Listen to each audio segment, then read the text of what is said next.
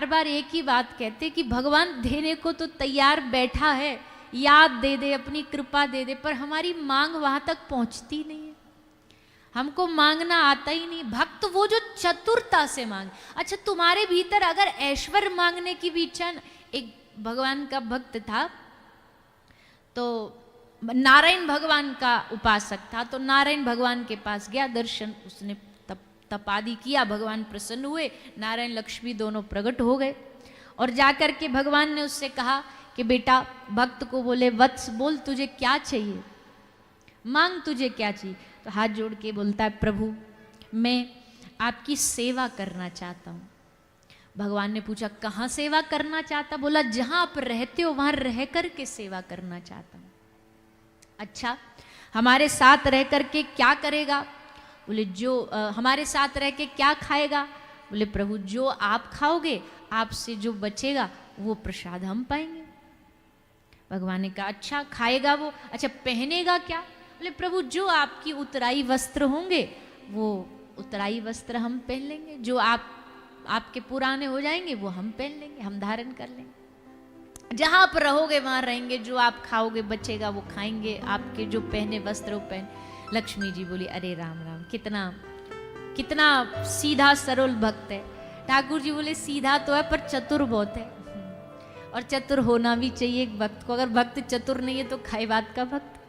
चतुरता वैसी वाली नहीं है, नकारात्मक नहीं बोल रहे हम, सकारात्मक बोल रहे हैं, सकारात्मक चतुरता। माता लक्ष्मी बोली, क्या मांगा बेचारे ने? बोले, देख है तो सरल पर चतुर हम इसलिए कह रहे हैं, इसने हमने पूछा कहाँ रहोगे? तो बोले, जहाँ आप रहोगे वहीं हम रहेंगे। हम कहाँ रहते हैं? वैकुंठ में। बोले, वैकुंठ मिल गया पहली मांग में इसको। कहाँ रहेगा? वैकुंठ में रहेगा। फिर हमने पूछा क्या खाएगा? बोले, जो आप खाओगे। हम क्या खाते हैं? 56 भोग खाते हैं रोज। अब 56 भोग में से जो बचेगा तो इसके पास क्या पहुंचेगा? 56 भोग पहुंचेगा। अच्छा, फिर बोल, पर प्रभु जो आप पहनोगे। हम क्या पहनते हैं? हम रत्न आभूषण, हीरा माणिक पन्ना, हमारा तो पुराना भी कईयों के नए से 1000 गुना बेहतर है।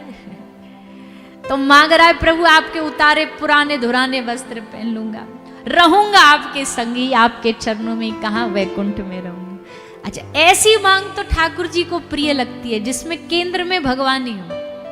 अब देखो, भगवान के मिलने पर क्या वैभव नहीं मिलता? सब मिलता है, वैकुंठ मिलता है, सब हमारे जो निकुंज उपासना है उसमें आप पढ़ो कभी, गोलोक धाम की शोभा क्या है। श्री जी का एक एक गले के रत्नों के आभूषण के एक रत्न को सारी दुनिया को भी बेच दोगे ना, तब भी ऐसा बेशकीमती रत्न नहीं ले सकते। ऐसे खजाने तो किशोरी जी के चरणों में ऐसे भरे रहते। तो वैभवता की भी कमी नहीं है। कहीं कोई सोचे कि ठाकुर जी की भक्ति में वैभवता नहीं होती, वहां देखो क्या अद्भुत भंडार चलता है। हीरे माणिक पन्ने के तो उस धाम, उस नित्य धाम के मार्ग हैं। क्या बात करते हैं हम वैभवता की। क्या इस संसार में वैभवता होगी जो हमारे ठाकुर जी के एक एक इशारे में वैभवता, तो वो भी प्राप्त होती है। पर उस भक्त का लक्ष्य वो वैभवता नहीं है, उसका लक्ष्य तो यही है कि हमें प्रभु की परम सेवा मिल जाए। ऐसा लक्ष्य लेकर के हमें भगवान से प्रार्थना करना चाहिए।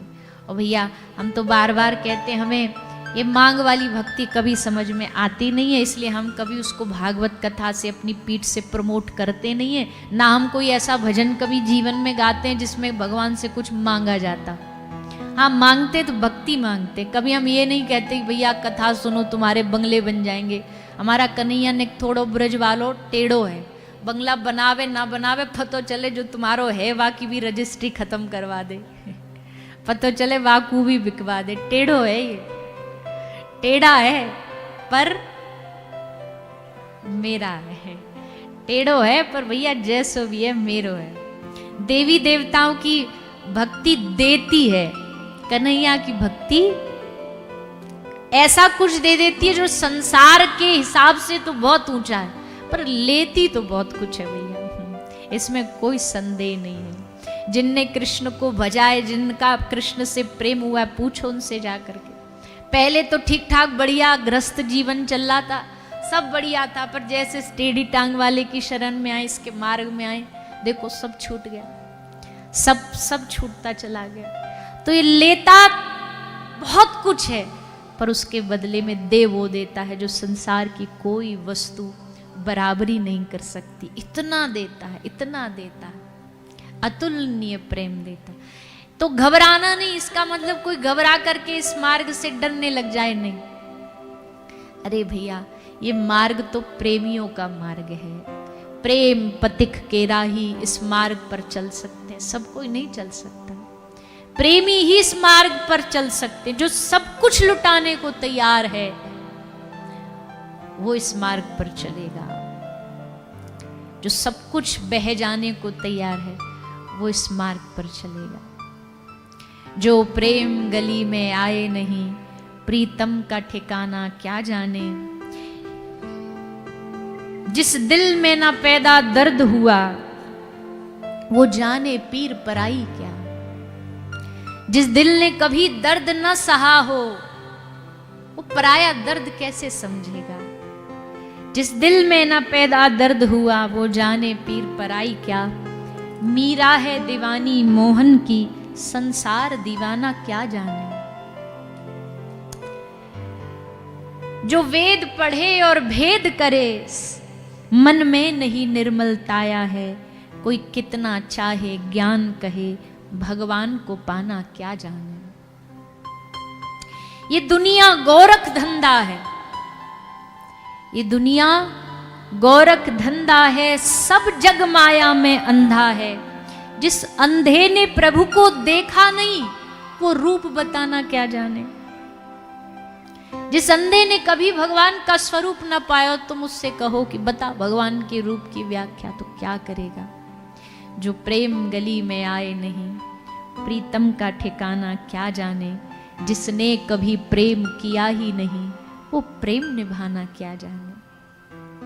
भैया, ये प्रेमियों का मार्ग है। कृष्ण प्रेमियों का ईश्वर है, कृष्ण प्रेमियों का आराध्य है, प्रेम प्रदान करने वाला है। किशोरी जी प्रेम की पुंज है, श्री जी प्रेम की पुंज है। इसलिए भागवत भी प्रेम का ग्रंथ है। प्रेमी बनना है तो भागवत सुनो, प्रेमी बनना है तो कृष्ण चर्चा सुनो।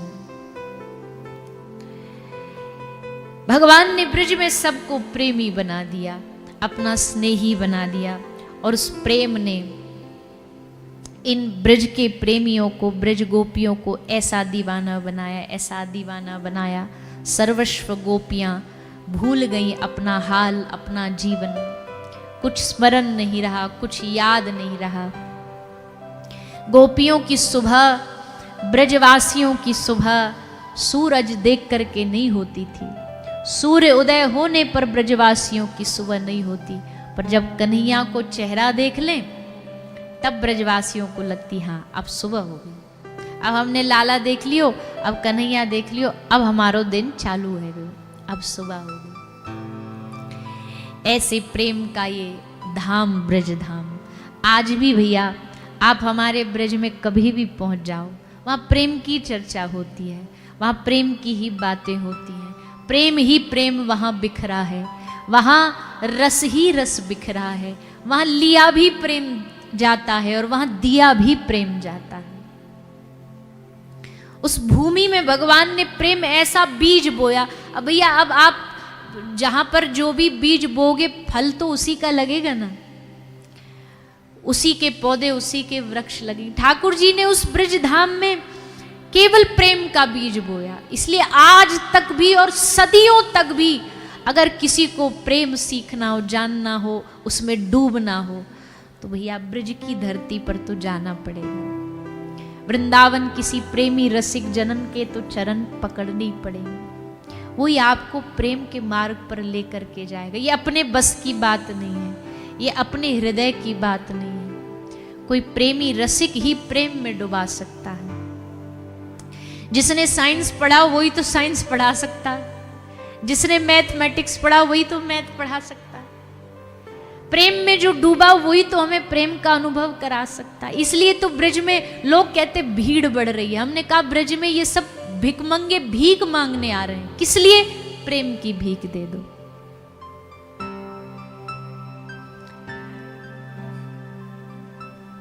गोपी प्रेम की भिक्षा दीजे, कैसे हूं मोए अपनों कर लीजे। कैसे हूं मोए अपनों कर लीजे, कैसे भी हम पर कृपा करके। तो ऐसा ब्रज का वो भाग, ब्रज की वो भूमि जहाँ श्री श्यामा श्याम का नित्य आनंद रस बहता है। किसी ने पूछा ब्रज की माटी क्या है? ब्रज की माटी युगल का मिलन, मिश्रण, उनका मिलन मिश्रण का जो रस बहता है ना, उसी को ब्रज की माटी कहते हैं, उसी को ब्रज की रज कहते हैं। इसलिए ठाकुर जी ने ब्रज को आनंद में बना दिया। 7 दिन तक सब ब्रजवासियों को अपने संग रखा। श्री गिरिराज भगवान को धारण करके अपनी उंगली पर श्री ठाकुर जी खड़े होकर के सब ब्रजवासियों को अपना आश्रय दिया। आश्रय क्यों दिया? ब्रजवासियों का एक ही तो विश्वास है, एक ही तो भरोसा है। इंद्र ने प्रकोप किया, क्या करें भैया, कहाँ जाएं? बोले लाला बचाएगो, कन्हैया बचाएगो। यही ने तो हमको आज्ञा दी कि श्री गिरिराज जी की सेवा करो, तो हमने गिरिराज जी की सेवा करी, रक्षा भी यही करेगो। तो ठाकुर जी की शरण में आकर के बैठ गए और तब भगवान ने ब्रजवासिन की रक्षा के लिए भैया असंभव कार्य को भी संभव बना दिया। 7 कोस लंबे श्री गिरिराज पर्वत को ठाकुर जी अपनी उंगली पर धारण करके खड़े हो गए। सब ब्रजवासी वाके नीचे आके खड़े हुए और सब जय जयकार करने लगे, वाह वाह वाह वाह, लाला ने तो भैया गजब कर दियो। एक उंगरिया पे गिरिराज जी उठा लिए, एक उंगरिया पे सबरो भार धारण कर लियो। पर मैया डरपती डरपती क्या बोल रही है? मैया कह रही है, ओ मेरे लाला की नरम कलैया, कहीं मुरक न जाए या की बैया। मेरे लाला की नरम कलैया।